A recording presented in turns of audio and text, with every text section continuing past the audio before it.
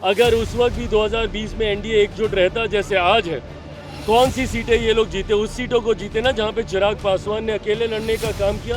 उस वक्त भी यूनाइटेड एनडीए के तौर पे हम लोग चुनाव लड़ते तो ये लोग दहाई का आंकड़ा पार करते करते इनकी सांस फूलने लगती। तो आज भी ये लोग यही सपना देख रहे हैं कि एनडीए में किसी तरीके की दरार उत्पन्न हो जाए। नेता प्रतिपक्ष जिनका अपना वोटर आईडी डबल उसके संदेह में है, भाई आपसे तो चुनाव आयोग ने सवाल जवाब भी तलब कर लिया है, आप अपना स्पष्टीकरण दीजिए ना।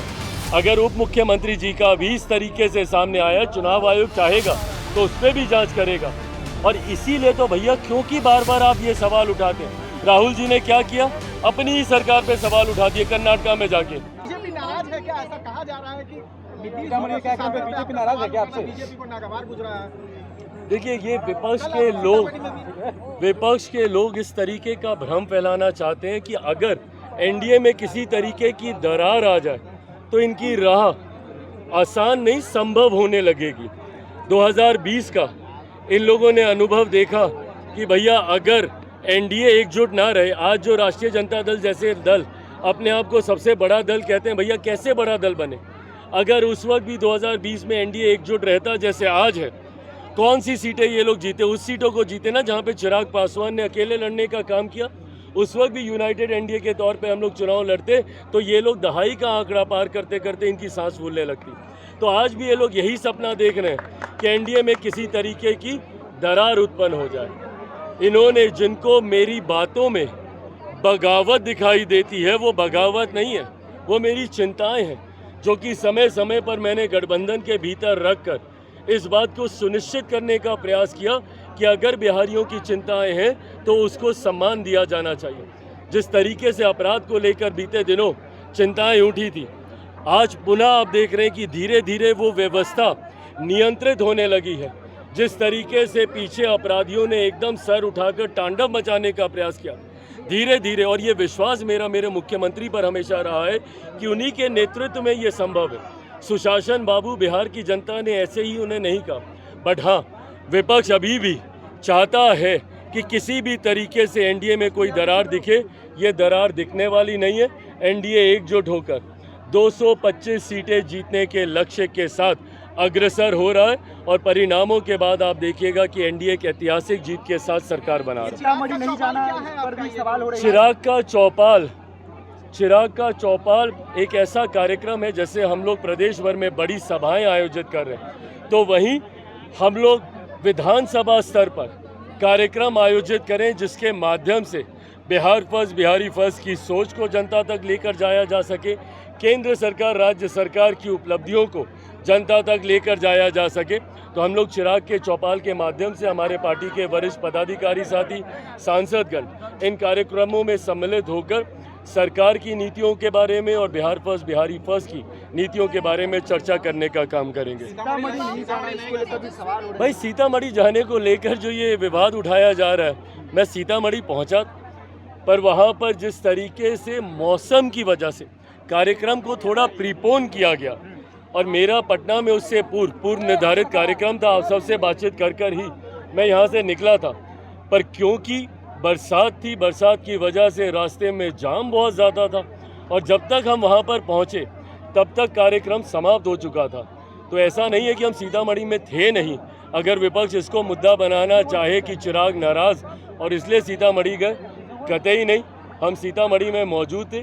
कार्यक्रम में पहुँचते तक क्योंकि जाम इतना ज़्यादा था बरसात की वजह से, वहाँ पहुँचने में विलम्ब हुआ, इसीलिए मंच पे हमारी उपस्थिति दर्ज नहीं हुई। पर मैं पुनः बता दूँ, चिराग सीतामढ़ी क्यों नहीं थे, चिराग व्यवस्था पे सवाल उठा रहे हैं, ये तमाम बातों के पीछे की सोच वही है कि क्या दरार है गठबंधन में, क्या चिराग, क्योंकि मेरा एक इतिहास भी रहा है भैया 2020 वाला, तो इन बातों को बहुत सहजता से रोल आउट कर दिया जाता है कि भैया 2020 में चिराग ने ऐसा किया था, इसीलिए चिराग इस बार भी ऐसा ही करने जा रहे हैं। कतई ऐसा चिराग नहीं करने जा रहा है। मजबूती से गठबंधन के साथ हम लोग हैं और ये गठबंधन अपने में एक विनिंग कॉम्बिनेशन है और ऐतिहासिक जीत की ओर हम लोग अग्रसर हो रहे हैं। विधायक जी यहाँ पर मौजूद हैं, इनसे पूछ लीजिए भैया हाजीपुर में किस मजबूती के साथ पुनः हम लोग जीत कर आए। चेक कर लिया है, डबल हो रहा है, अब तो डिप्टी सीएम का भी आ गया है। अब बताइए कौन उठा रहा है? नेता प्रतिपक्ष जिनका अपना वोटर आईडी डबल उसके संदेह में है। भाई आपसे तो चुनाव आयोग ने सवाल जवाब भी तलब कर लिया है, आप अपना स्पष्टीकरण दीजिए ना। अगर उप मुख्यमंत्री जी का भी इस तरीके से सामने आया, चुनाव आयोग चाहेगा तो उस पर भी जांच करेगा।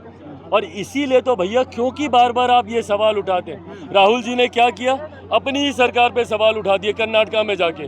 तो वो ये कहना चाह रहे हैं ना कि कर्नाटका की उनकी सरकार फर्जीवाड़ा की सरकार है, फर्जी वोटरों से बनी हुई सरकार है, यही कहना चाह रहे हैं ना। सवाल आप उठाएंगे, उसके जवाब में जब चुनाव आयोग प्रक्रिया का इस्तेमाल करेगा तो उस प्रक्रिया पे भी आप सवाल उठाएंगे।